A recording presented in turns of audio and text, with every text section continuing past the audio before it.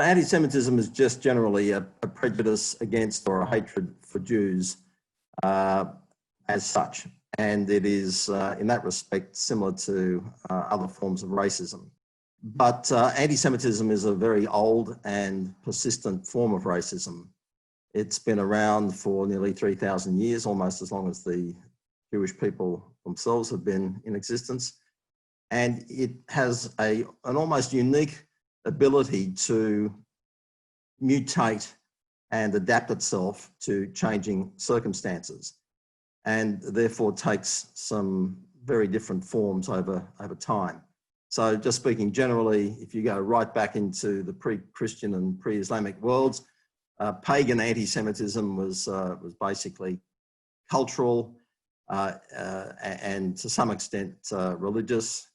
Then there was the Christian and Islamic forms of anti-Semitism, which were based on religious notions about Jews not accepting the truth as they saw it, and their religions having superseded the original form of ethical monotheism, which was Judaism. And there was this persisted for many centuries and is still not completely eradicated, even though, at least in the Christian world, it is officially repudiated. Then from the 19th century onwards, as religion ceased to have such a strong hold on society and science became the new paradigm of truth, people who had prejudices against Jews had to develop new forms of anti-Semitism based on so-called science. And the pseudoscience of eugenics, racial anti-Semitism began at this time as a response really to, or as a substitute for, the religious-based anti-Semitism of the medieval period, which was seen as increasingly based on superstition. And then from that emerged ultimately the worst form of racial anti-Semitism, which was Nazism, resulting in a genocide and murder of 6 million Jews, including more than 1 million Jewish children.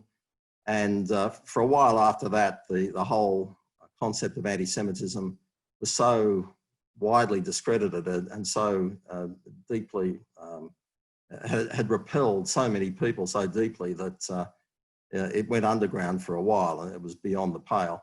But in more recent times, it's come back, and again, it's mutated and it's in a new form, as well as still persistent in the old forms.